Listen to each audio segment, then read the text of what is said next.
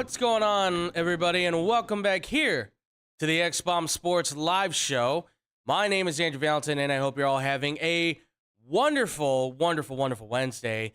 We are officially back. We took a little bit of a break, but now that we are back here in the studio, I'm really happy to be here. I'm glad to be back doing what we do best, what we love, and I hope you guys are ready for it too, because obviously there was a ton that was going on over the last 2 weeks.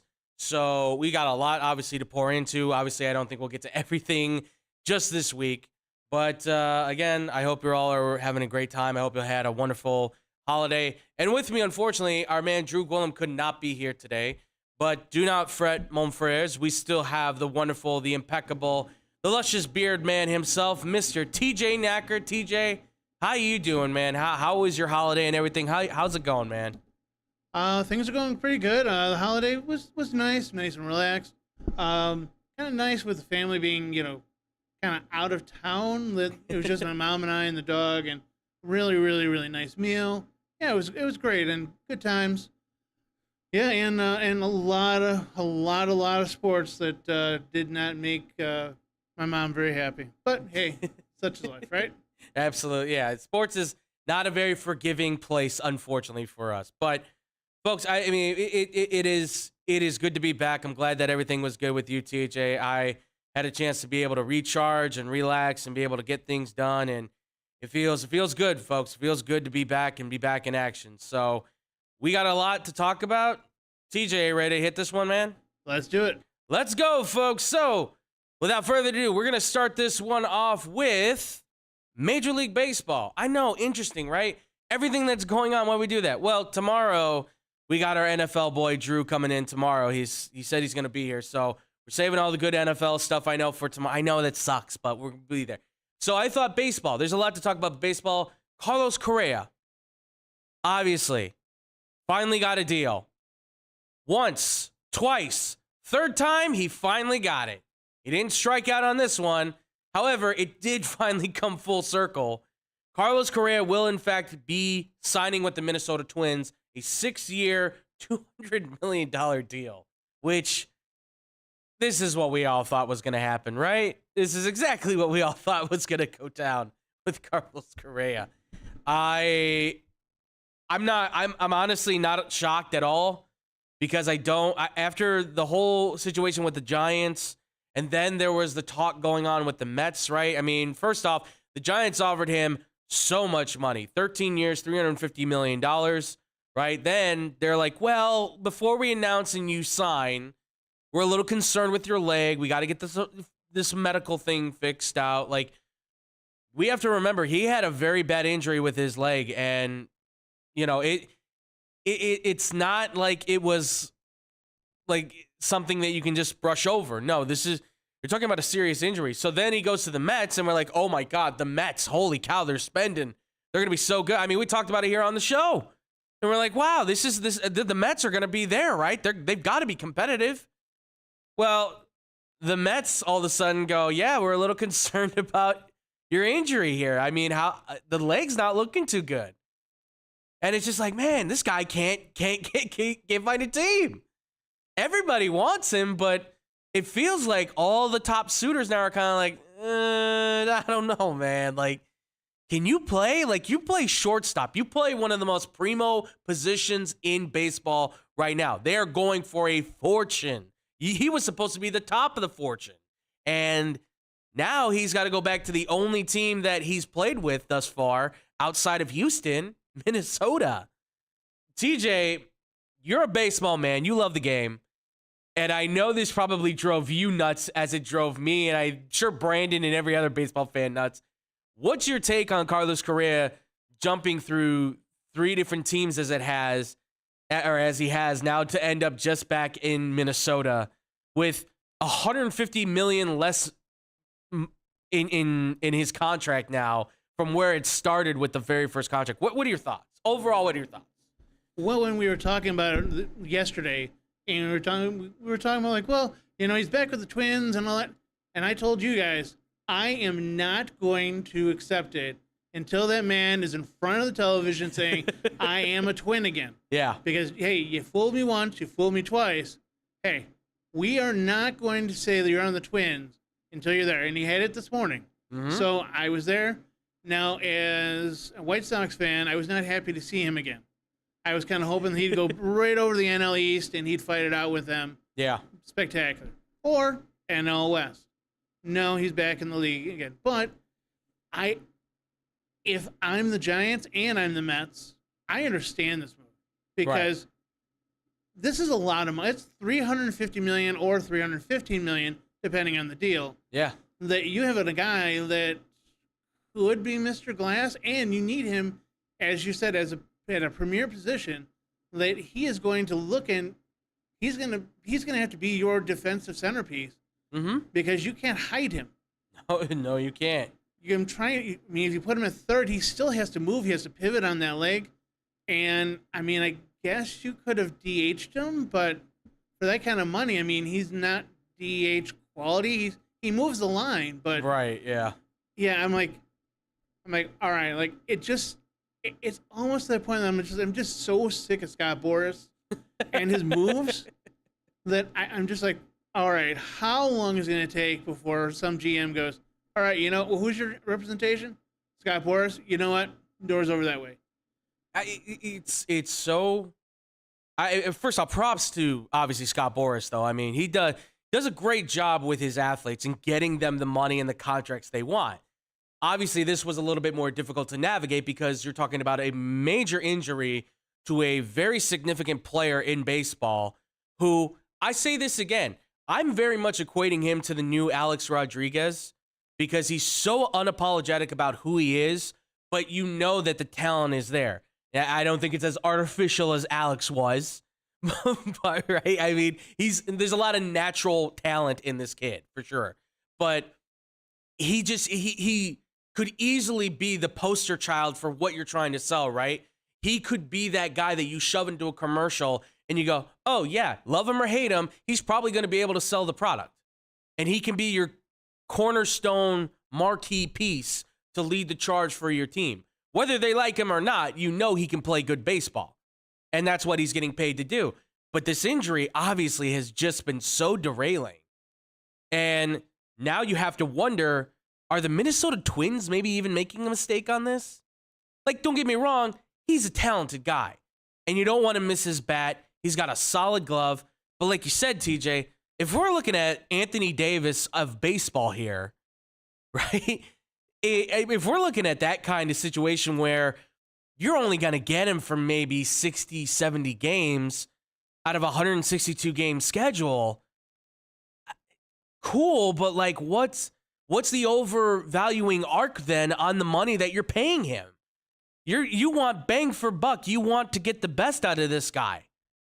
And for as much as he's getting paid, I mean, to me, it's not, I would say, it's not worth it. It's not worth paying him this amount of money. It's not worth trying to get this much cash out of the Twins because how much is he really going to play? Seriously, how much can you really hope for him to actually be able to play? I don't know. I don't really know. And listen, he's making 33 some odd $1 million a year now. That's a lot. I mean, that's other guys want to push it farther, of course, but like you pay the Twins pay this much money and you're hoping that this guy obviously produces somewhat close to what he did last year, right?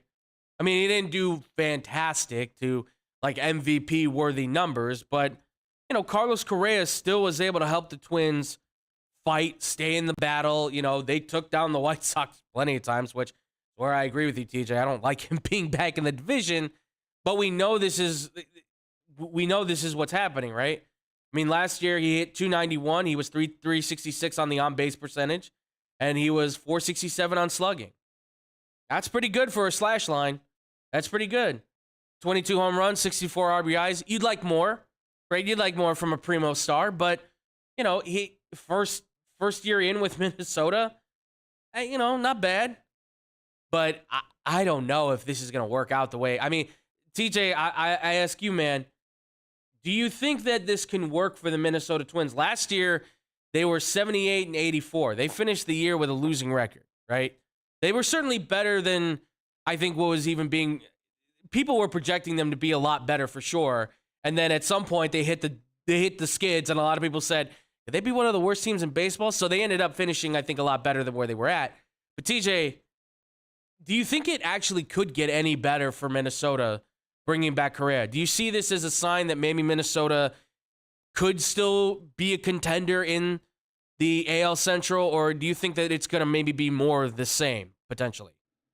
So in the AL Central, the AL Central, I mean, essentially is very winnable. I mean, there's no real big powerhouse. I mean, even though the Commander, man, you screwed on the Guardians. I knew there's two teams, yes. So I had to change to the Guardians. Yes. Cleveland. Yes.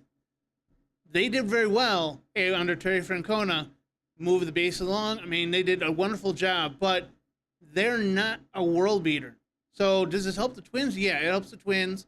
You now have a good baseball player, gets on base, will hustle for you. But I don't know if I were the Twins, I would start looking for his replacement. And just say, okay, well, hey, we're going to have this guy down the farm. We're going to keep him down there for a little while. Mm-hmm. And because I don't think that Correa can last that long. Yeah. And they could win the Central. It is possible, even though as a White Sox fan, it kills me. They could win the Central, but I think they're going to get absolutely shellacked when they get to the playoffs. I mean, the Yankees are too good. Even I think Tampa's too good. I mean, these other teams are going to just beat the heck out of them, especially with their edge on pitching. So I would have rather seen them try and get a pitcher than Correa. But that's just me, and I'm not a GM, so. I think you could be. If it helps anything, TJ, I think you could be a great GM. So let's get you and Brandon together. Maybe we can actually fix some teams around here. Obviously, again, this is a crazy situation.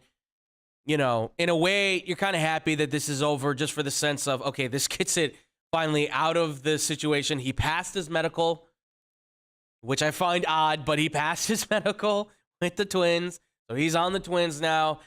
I don't know how this goes though. Last year, Cleveland, 92 and 70. They had three guys that hit almost 300, right? It was Kwan, it was obviously Ramirez, and then they had Jimenez. Right? They had a plethora of guys that all were able to get it done. And they're a good team. They're a really good team. They found a way to do it. So I don't know how much Correa is going to make a difference, but you know what? It just shows that baseball, obviously, there's no giving in baseball, right? But man, what a drop, man. 350, 315, okay, 200, done. That's like negotiating with Sirius XM. $50, no. $20, no. Okay, $5 and you get a ham sandwich every other month. You got it, sold. I'm in. That's my experience. It's always how much you're willing to pay. How about $10? Could you do 20? All right, now how about $5? Okay, we'll take 5. Like you get what you get. So, but he got paid. We'll see what the Minnesota Twins do. I don't think they're done just yet. I think they're gonna look to make some trades still, but they got a player. They got a player back, and it doesn't help the White Sox. But we'll get to them here in a little bit. Next on our list, though, for baseball, because it certainly is a mega deal for baseball for sure. Third baseman Rafael Devers got paid big time dollars. 11 years, $331 million deal for the Boston Red Sox to keep their star. As they have pointed out, he is our star, to quote the Boston Red Sox. Now, Devers last year, I mean, he was incredible. He has been, I would say, one of the best, if not the best third baseman maybe in baseball. Offensively, he kills it. Defensively, he's Matt Chapman has his work cut out for him. This kid and he's 26. He's still so young. So I'm really impressed with it. Obviously, the Red Sox last year, you know, they were interesting, to say the very least. I don't know how else to really put it, but They were interesting. They had their moments. I mean, they made a great climb there at the very end to try and and they fought their way in there and and tried to keep themselves afloat. They ended up with the same record as the Twins. They did. So, but they're paying for their big star. They're getting Devers. They're bringing him in. So, TJ, but I ask you, man, Rafael Devers, we know that the Red Sox probably are looking to do a little bit of reshaping, remold, and rebuild. Do you think that Rafael Devers is going to be the building block for the Red Sox? And I ask this because I saw a lot of people talking about this. Do you think that he could be one of those next Boston Red Sox to venture out after a few years, as we've seen Boston Red Sox players seem to go out west and particularly play for the Dodgers? What do you think for Rafael Devers? Do you think it's a building block, or do you think it's just a matter of time before he leaves? Well, I think the contract was meant to basically try and keep him there. Like, oh, we believe in you. We're going to try and keep you in our organization. You're our guy. Come on, buddy. Stay with us. Yeah. Hey, when everyone else is getting $300 million, guess what? We gave you that contract. Now, keeping him, that's another story because he's going to get, I mean, he's still young. Absolutely. Now, he gets that opt-out, let's say, 3-4 years, and the Red Sox have gone backwards. Well, hey, you know what?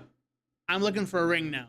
I got my money, but I really need that ring. I need to be in somewhere competitive, and you're not building around me. And I know you gave him the money, but I don't feel confident in this team where it's going. Right. So I could see him leaving. I mean, there aren't that many great third basemen out there. Yeah. So you had to overpay him or pay, well, I don't want to say overpay because that's too negative. Mm-hmm. You had to pay him the money he's worth now. So I would try and build around him. And, yeah, the Boston, I mean, in a way, you tried really hard. Mm-hmm. You had the pitching, but you're in the AL East, all right? Yeah, AL East. I mean, you have the Yankees and Boston or in Tampa in that division, and they're always good. One overpays, the other one brings up their guys and continues to just keep that carousel of good players coming through. So, yeah. I mean, for Devers, I think it's a good idea. For both parties, it's a great idea. But I don't know how long this is going to last if it goes sideways. No, and I honestly feel like that is a legitimate, and that's why I asked the question, because I feel like, look, this dude already has a World Series ring, right? We can't forget he was part of that 2018 team that won the World Series. Won, right? And for some people, they will question, but they have the ring. Nothing was said and done. And look, that year he was a huge contributor, right? He hit 21 home runs. He had over 60 RBIs. He's hit 30. He's been a 3,100 guy on home runs and RBIs twice now in his career. Twice. So he can be that big bat third baseman, that a lot of people believe Chris Bryant was for a good 5 years, right? Devers, albeit I would say, doesn't look the part, but he certainly plays the part. I mean, and his defense is a premium. That is one thing that I have heard nothing but good stuff about. His glove is fantastic. He's quick. He can play, as somebody said, he can play probably multiple positions if need be in the outfield and in the infield. Probably could be your utility guy if he could stay the course and get as he gets older. But, I mean, look, this year he led the team in home runs and RBIs. He's clearly your best player, right? JD Martinez has faded away. They don't have Mookie Betts. They don't. Chris Sale is now for sale, it sounds like. I mean, if they can get something for him, they're going to try. They don't have a lot of primo players right now. They're trying to discover the next batch of guys that they can bring up. And they got some talented guys, I think, in their minor leagues and in their farm systems, but a lot of them are not ready. They still need time to cook. So Devers, I think, is the guy that you say, we sign him now.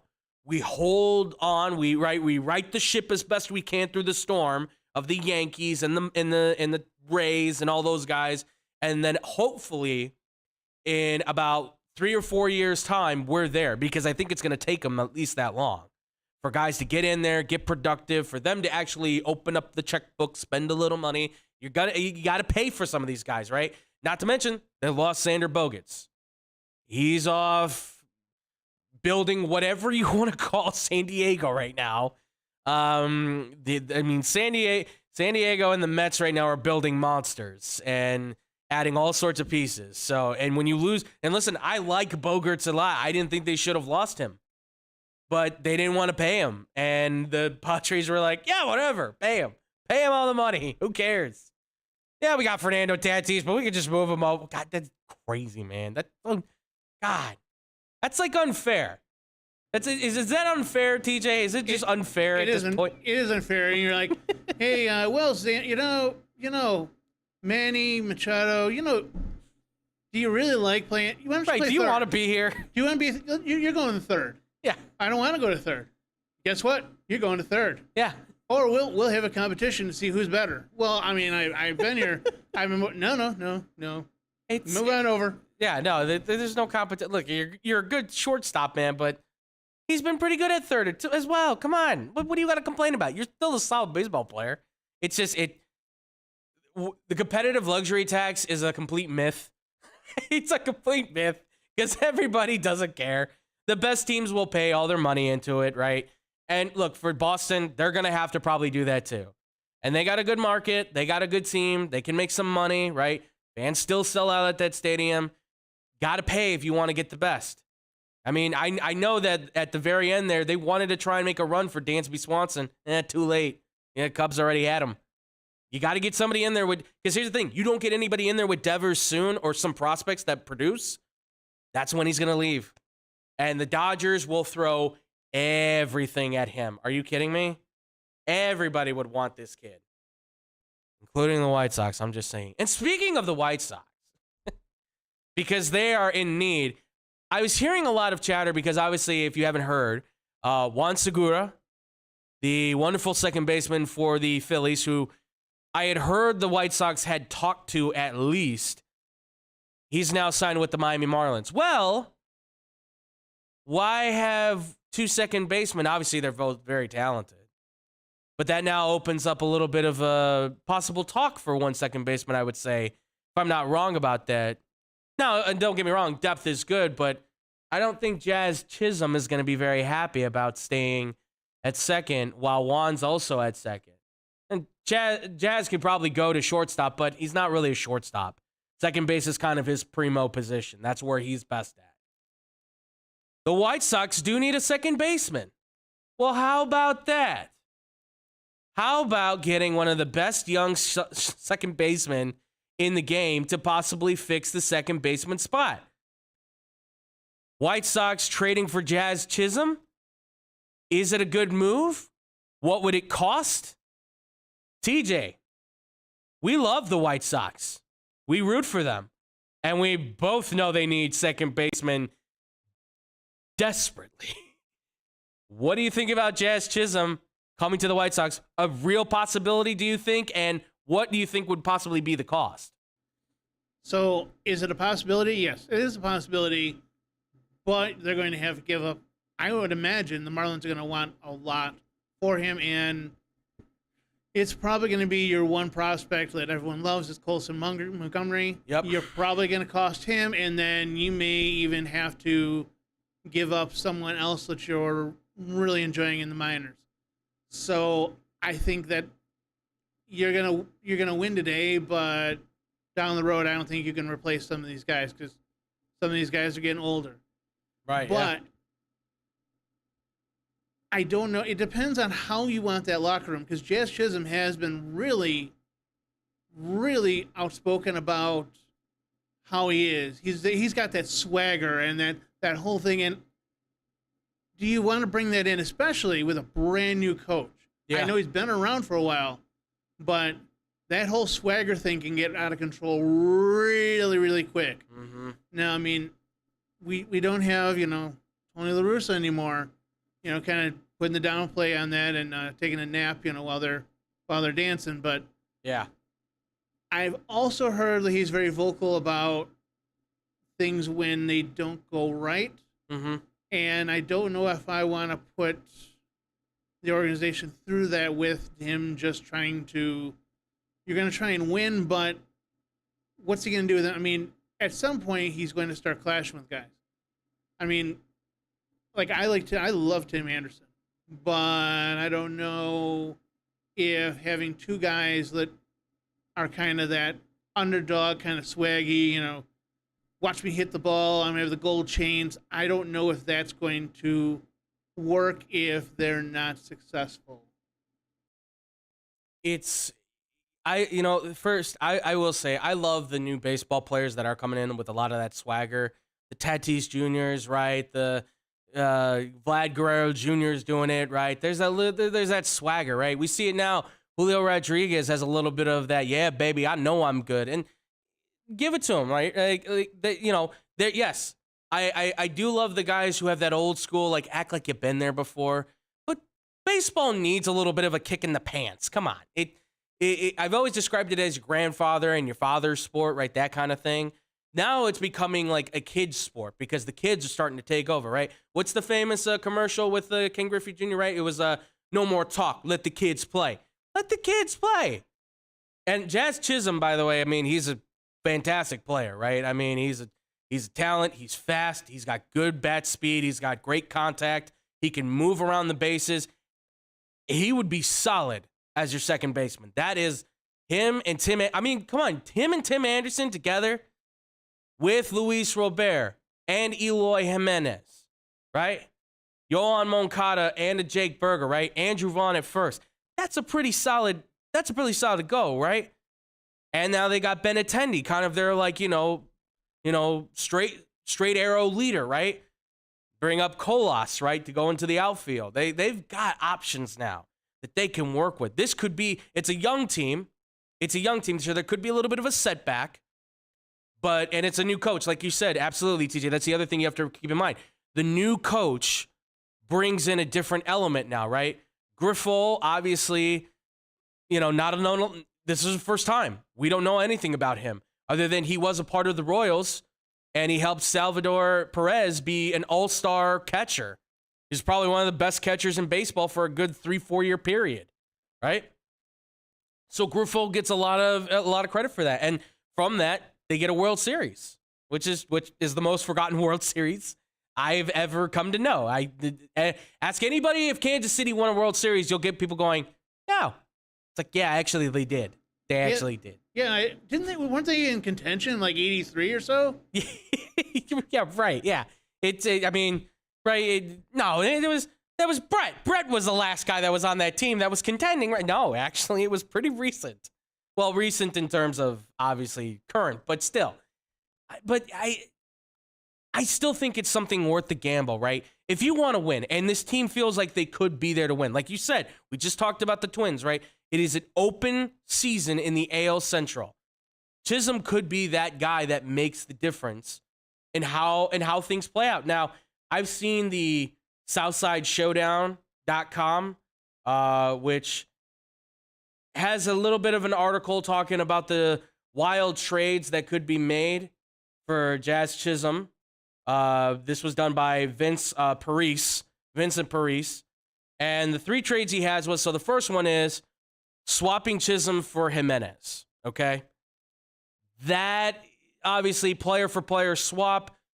There's a lot of mix, I feel like, now with Jimenez, right? Right now, he should be the DH. No question, right?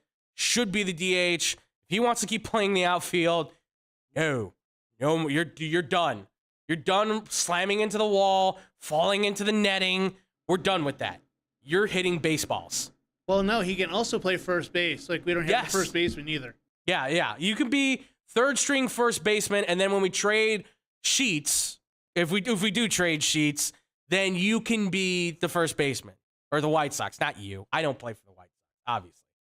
But not a bad deal. Look, if Jimenez, obviously, if he's disgruntled, if he doesn't want to do that, you know what? Fine. You hit a ton of home runs. We as fans love having you here. You'd be great. But if you don't want to do the job, then we'll bring somebody else. Then guess what? Welcome in Sheets, our new DH. Or guess what? Sheets, you're playing first. Vaughn, you're DHing. Cool. Awesome. Because he has no complaints about it. He has no complaints. But we'll see. We'll see. The other trade they had here was Chisholm goes to the White Sox. In exchange, it would be Yoel Moncada, Yoki Cespedes, and Norge Vera. Not a bad move because you and I were just talking about it in the back. Cespedes is 23? 25. 25, yes. 25. So if he's not up here by this year, if he's not in spring training and making the roster, I don't even need to see him as a starter, but I need to see him being like an every other day player. Like he has to be, if you're talking about a DH guy, he better be like that other DH guy you have ready to rock and roll. Because what, he's an outfielder, correct? An outfielder. Yes, so he should be a part of that roster by next year. If he's not, boy, we're not Zach Birdie. No more Zach Birdies. No more Zach. I know I bring that. I don't mean to make you upset, TJ. I'm sorry. So much potential. It wouldn't be as bad if I didn't have friends that were in Louisville and were like, hey, you guys are going to win the World. He's going to be your closer for the next 20 years. And I'm like, really? Really? And it's like, and he was hurt. And he started again. And guess what? He started again. He's so good. He was so good. And that's the thing. Yoki Cespedes, because of the last name and who his half-brother is, we saw him play. You watch his video, dude can play baseball. But if he's not going to be there by this year, if that's not in the plans, then this is a trade I'd be okay with because I'm okay with Jake Burger going to third. I know he's not as athletic, but he's got a good bat. You can teach him how to have the glove. If he gets down to, what's he at, 230, I think right now, 235, something like that. He's a little bit heavy. He's a little bit heavy, but so is Schwarber. And Schwarber's a pretty good outfielder. He moves. You can teach Jake Burger third base. You can get him there. He's a third baseman. He knows it, right? Let's not forget, Moncada was, a second baseman that they've moved from second to short to now third. It's great to have a guy that knows a lot of positions, but I'd rather have a guy that can be there. And the other trade they have, and this was the one where it's like, oh, you're putting all the eggs out there, okay? This was Chisholm for Jake Burger, Colson Montgomery, Oscar Colas, and Wes Kath. I wouldn't do that move. I like Colas a lot. I like Montgomery. Everybody likes Montgomery, but I'm still one of those who is like, if people like him enough and they're willing to give prime talent for him, I'm okay with that. Because he's 19 years old, I believe. He's 19 years old. Chisholm's 25. So you're still getting a young player that's got a lot of promise in him, right? And who knows when Montgomery's going to be up here, right? I mean, he's 19. By the time he's 22, he should be part of the White Sox. I don't know what he'll play. I still think you could put him at second. I mean, he's 19, but I would still say, see what he does at second. Try him in spring training. Maybe him and Tim Anderson have chemistry. He's 6'4". Come on. Well, that was the downside of him. He's so tall. Can he really play it? And then all of a sudden, the guy out of Pittsburgh comes up, and I'm like, oh my God. Yeah. Neil Cruz is 6'7". We have one of those. Yeah. He's on the minors. He's not as tall, and he's just as big. And he's fast, too. He's not as fast as Cruz. Right. Cruz cruises. Right. No, I've never seen somebody 6'7". Dave Winfield was known as being fast. He blows Dave Winfield out of the water.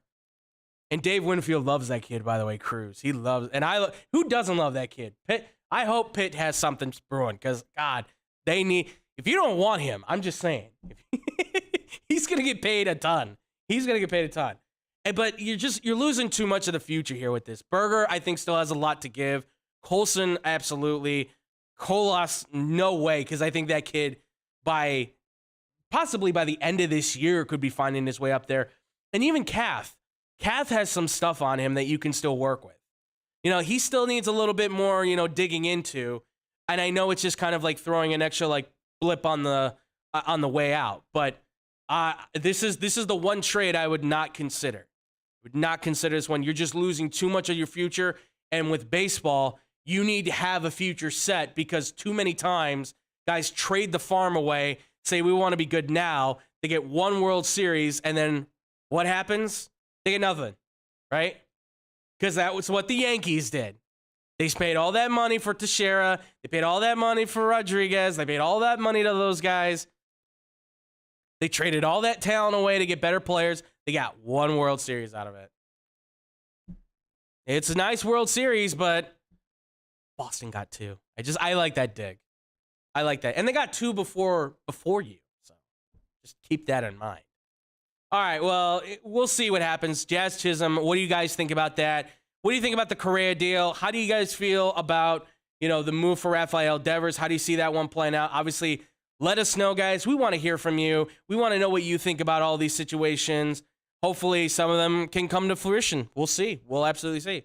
All right, well, away from the commercial time so we can make sure that TJ gets out of here with time, let's get to some basketball real quick because, oh, boy, the Bulls, man, the tone shift on this just unfortunately hits rock bottom.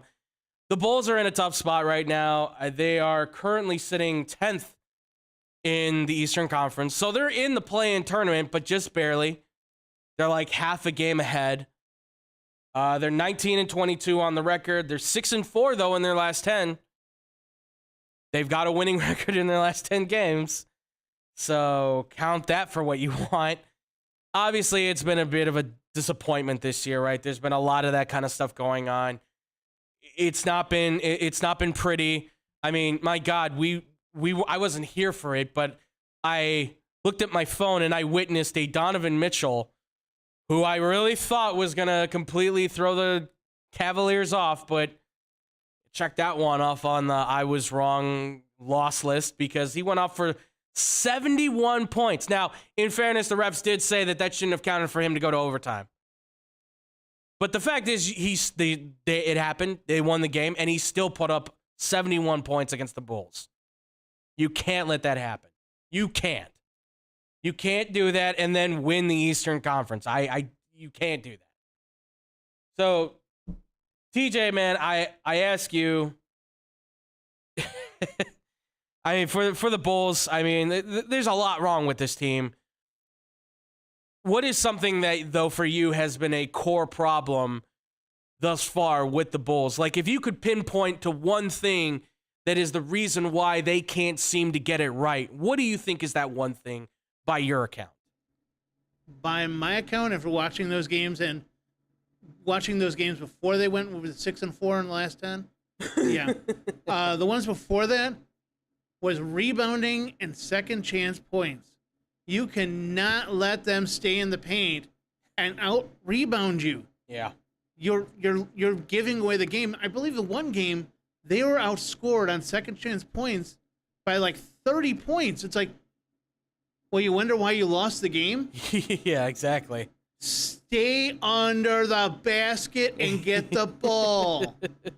Well, we got to get back on defense. No, stay there. Like, Get the rebound first and then worry about anything else after. You're built on a tough defensive game that everyone does their part, stays with their guy, and you don't allow those second chance points. When you allow that, you're done. You're dead in the water. So yeah. I would like to see them boxed out. I'd like to see them try and get these guys. I mean, just stop. Just play the defense you need to play. Because, I mean, you're going to see it, I believe, tonight. I think Caruso's still out. Yeah. And he was the guy that was running around like a chicken with his head cut off, just trying to stop the leaks in the defense. When they played defense well and they got the rebounds and it was kind of nice and even on second chance, they won without a problem. But when you just let guys in and I watched the Donovan Mitchell one, and I'm like, yeah, and I'm like watching. I'm like, no, please, like, and back in, and they missed him back in. I'm like, yeah, what is wrong? Like, what is wrong with you guys? So, yeah, I would say the rebounds definitely are killing them.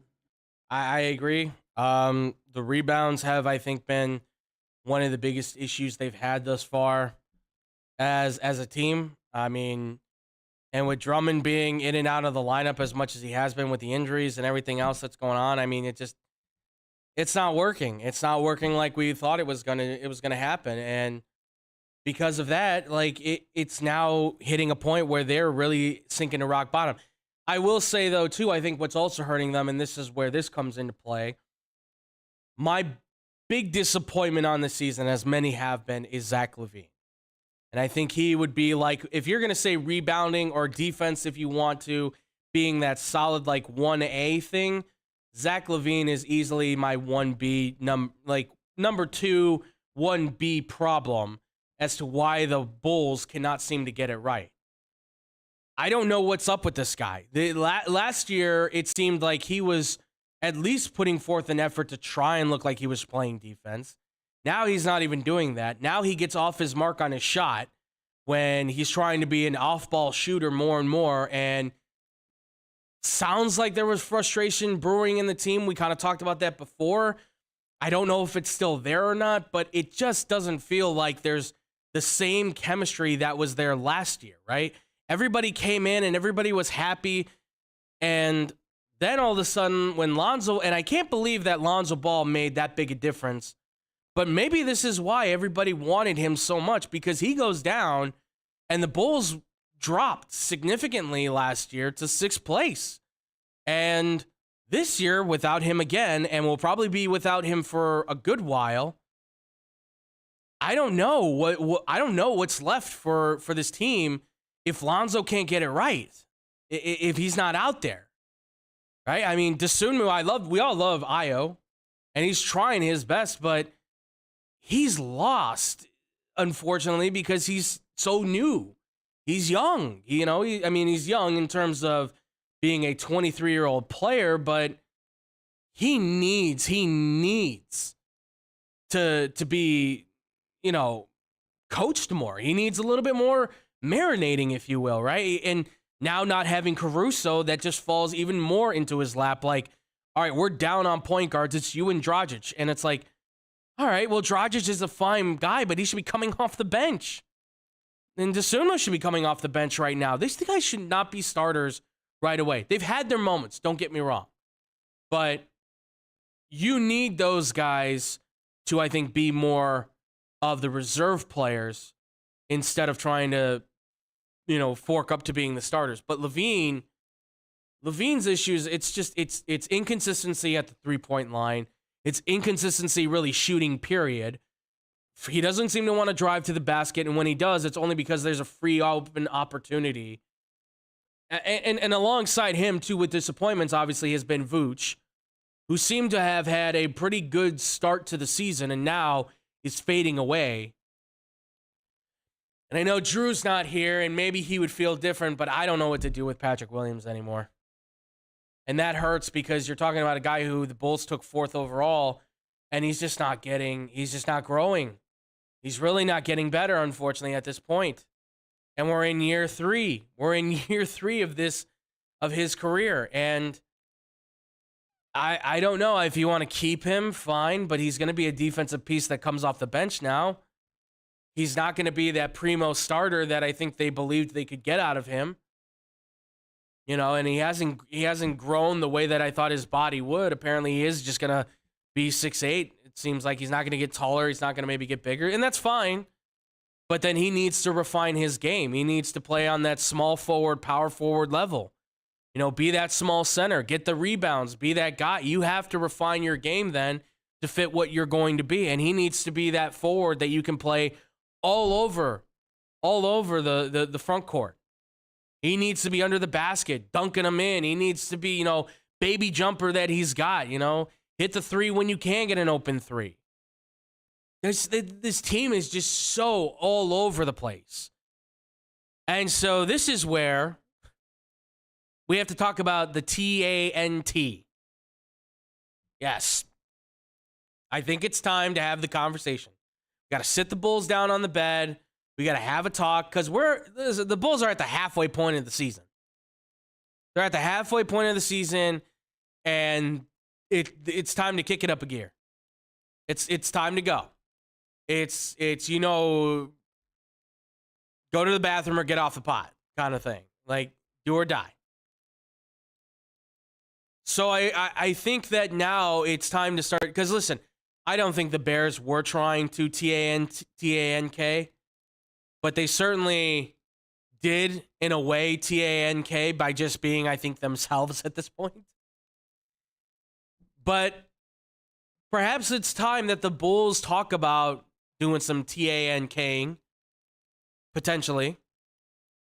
And I know people don't want to hear that. This team has still got some talent. But where else are they going to go? I mean, even if you get into the play-in tournament, where else does this team go? That's my thing. So, TJ, I ask you, you can use the word or not. I just don't like using the word because I don't want people to jump on me. So I'm going to say, do you think that the Bulls should consider TANKing, or do you think there's still something here for the Bulls to explore potentially? What are your thoughts for that? So I'm in a little different situation than you are because I'm a little bit older than you. Right. I watched the beginning of the Jordan era. Yes. And it was exciting, and I was sad when it ended. Mm-hmm. And then when you start to rebuild, I'm like, all right, you're going to do this right. And you wet the bed. I'm like, all right. And then it was, well, we're going to get a good team together. We got a good team together. And they were always in this, I don't want to say purgatory, it's just this draft hell that they were good enough to win some games, but they would lose the other ones. Mm-hmm. And they would always be drafting in, 10, 13. They were never in the lottery. Right. They were always getting these guys that were projects, or they'd had health issues in the past.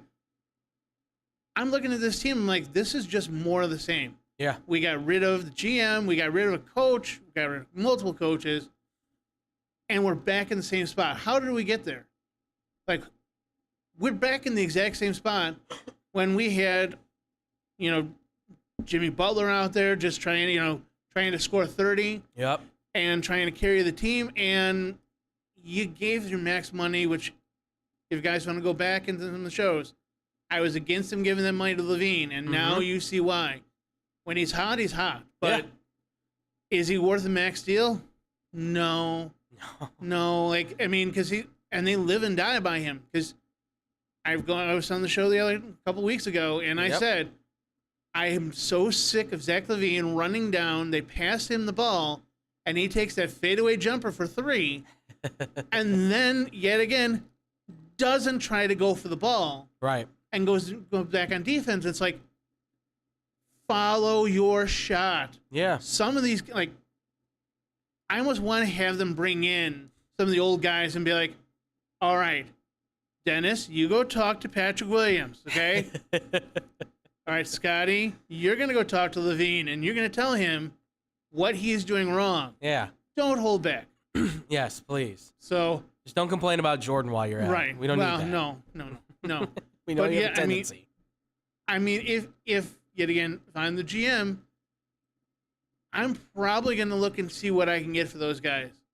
And I'm probably going to tear it down because this is going to be another team that will get maybe to number 7. Mm-hmm. I mean, maybe 6 if everyone comes back, and that's if Lonzo comes back nice and healthy and starts passing, which I'm not going to bet on anymore.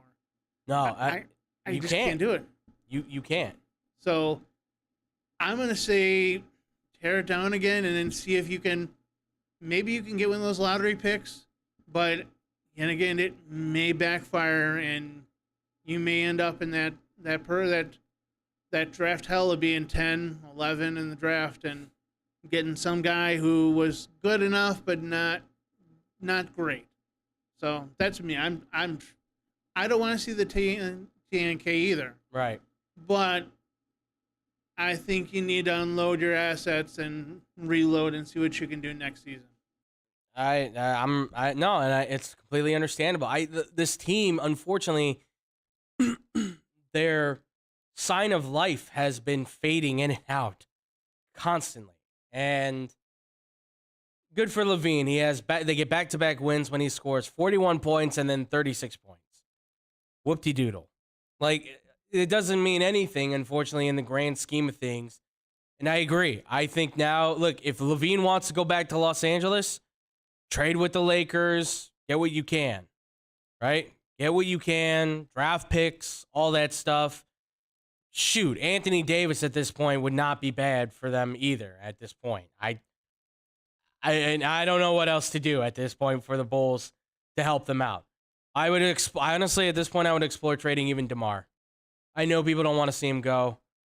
But look, I think if anything, DeMar wants to get back to Toronto at some point in his career. He's going to retire a Raptor. He's going to be one of the top 5 Raptors that ever played the game. Okay? That's probably going to be a premium to talk about. So I would trade him. I would get that kid OJ Anunoby, and that kid's fantastic. Get draft picks out of that. He would be worth something. He would be worth something to them for sure. I would look to trade Caruso. I've heard the rumor that Caruso could go for a real nice first-round pick. People would be willing to let it go for a guy like him because he could help win a championship. Vooch, I don't know what you can get for Vooch anymore. But, maybe if you package him, go to New York. I don't know. There's plenty of things here that now, if Karnisovas and Eversley, who I still think are good guys in the front office, but they need to make moves. And they need to talk too, by the way, because their silence is hitting us louder than ever. Them not saying anything is now leading a lot of fans to say they don't care about the team. They do. They just probably aren't saying anything to the fans because how do we explain what's going on? I mean, Billy Donovan's taking every single hit he can from the media to avoid the players taking all the shots. And, now people don't like Billy Donovan. Now they want him gone. And I understand that, too. I can understand. Like, Billy doesn't seem like maybe he is the right guy. I don't know. It's hard to tell what's right and what's wrong with this team, as it is, I know, for any team. Because things just happen. But it seems like so much is now going against the Bulls. Not enough is going in the direction that they want to. I have to believe at this point that the best thing that they can do is consider, like you said, tear down the assets, work with what you got. If that doesn't work, move in a different direction. And hope that maybe you have a bad enough record at that point to have a top 5 pick. Because everybody and their grandmother wants Victor Wembanyama and Scoot Henderson, who's in the G League right now as an 18-year-old, dropping 25 points a game. They want these guys. And there's, of course, Amoni Bates, who's in Eastern Michigan, who a lot of people are like, he's got a lot of trouble behind him. I don't know. Yeah, well, they said the same. There's issues with Shaedon Sharpe in Portland right now. And guess what? If the Bulls could trade for Shaedon Sharpe, I would say trade for Shaedon Sharpe. That kid's got a future. He's a baller. And you want ballers on this Bulls team right now. Honestly, if I were the Bulls, I'd start looking around the young talent that's out there that could be tradable, draft picks that could be tradable, and then do everything you can to get yourself into that top 3 situation. Be it you land the pick or you trade for the pick. Because there's no primo player here. As we've stated before, there is no really go-to guy. I did believe DeMar DeRozan could be the go-to guy, but now it's very obvious. If this was going to go in order, DeMar would be my number 2, LaVine would be my number 3, Vooch would be number 4, and, down the line as everybody else goes. They don't have a go-to guy. Orlando has a go-to guy in Paolo Banchero, at least. Right? The Rockets have Jalen Green as a go-to guy, at least to this point. Even though they took Jameer Smith, who he's kind of disappeared, but still, they have a go-to guy, right? So that means, okay, we've got our dude, so now we just build around him. So, okay, Oklahoma City Thunder have a go-to guy. His name's Shai Gilgeous-Alexander. They don't even have Chet Holmgren. Who probably could make them better. They'd probably be a better team. They'd probably be at least in the play-in tournament talk if he was playing. I have to believe that. Either that or he would have broken his leg again. I don't know. He's skinny. He's really skinny. I don't know what else to say for the Bulls at this point. Victor Wembanyama, I think, changes the direction of the franchise completely. Scoot Henderson, I don't think Amoni Bates will be in the top 5. He could, but I don't know if he will be. But a guy like Scoot Henderson or any of those other guys, Amon Thompson is another guy that's out there. There's a lot of these kids that are out there, these young guys, that could be the fortune changers for your franchise. And I think the Bulls need to start putting their dollars and their draft picks towards those guys and not towards the older veterans. It's just food for thought. Food for thought. And I don't like saying it, Bulls fans, but the TANKing may need to commence as soon as possible for a chance to get better for the future. But that's going to do it for us here, ladies and gentlemen. That's going to do it for the Bulls stuff. What do you think? Why do you think the Bulls has been so bad? What do you think can fix that situation? Obviously, comment. Let us know. We want to hear from you guys, as always. And that's going to do it for the show here, ladies and gentlemen. Of course, we hope you guys really did enjoy that. If you have, of course, anything you want to, talk to us about, ask us about, of course, or hit us up, xbsportsofficial@gmail.com. We want to hear from you guys on that stuff as well, so please make sure to message us at all costs.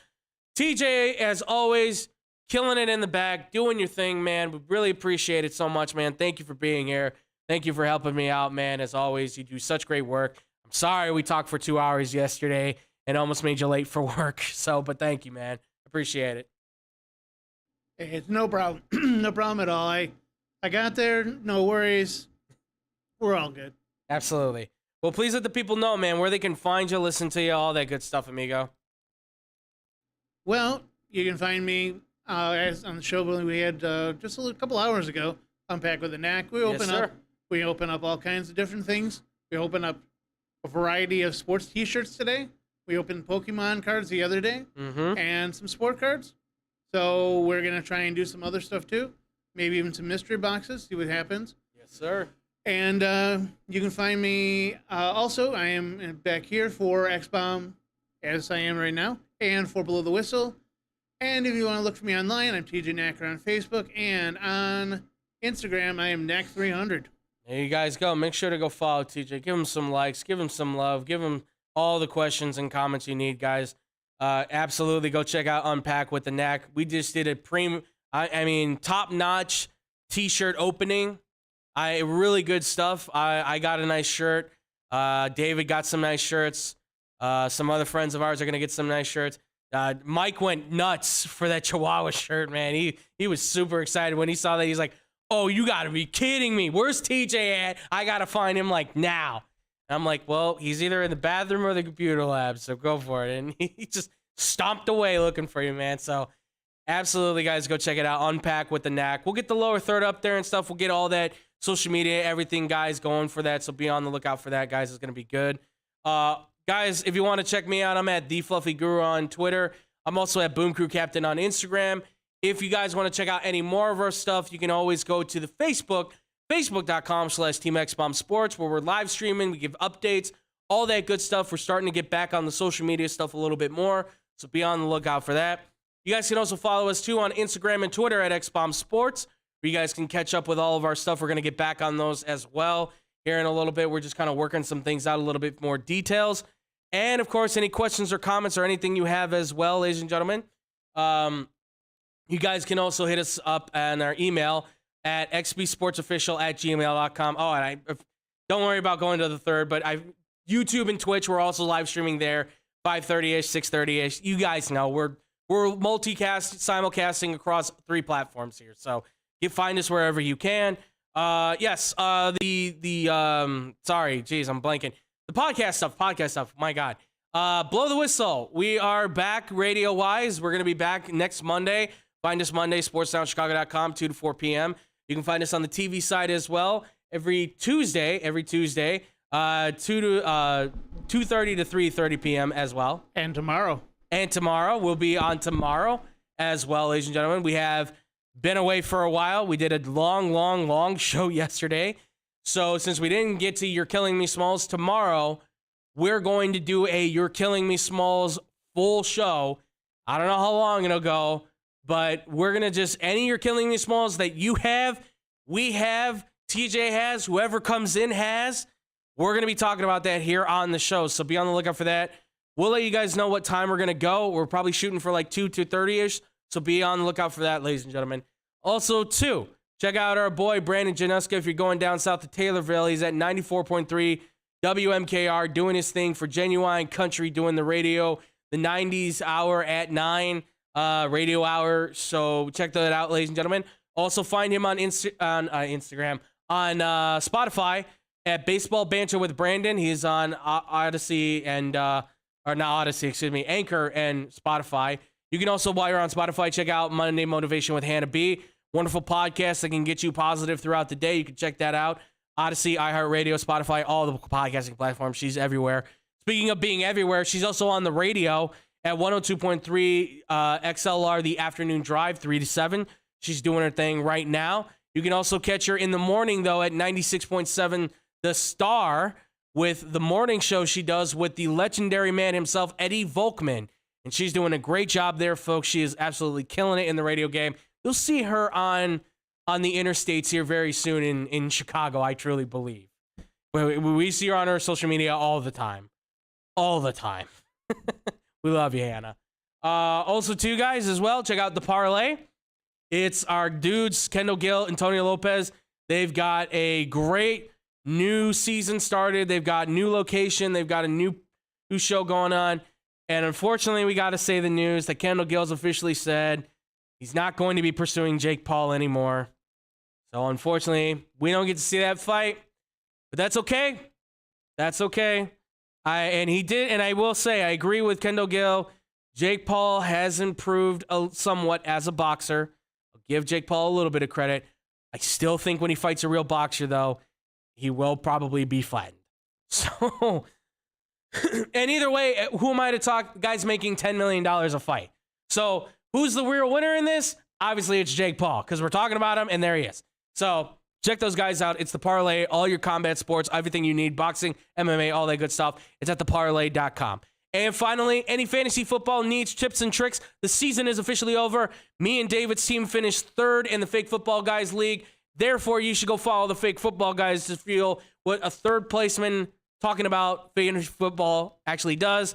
Because those guys did not finish even close to the championship.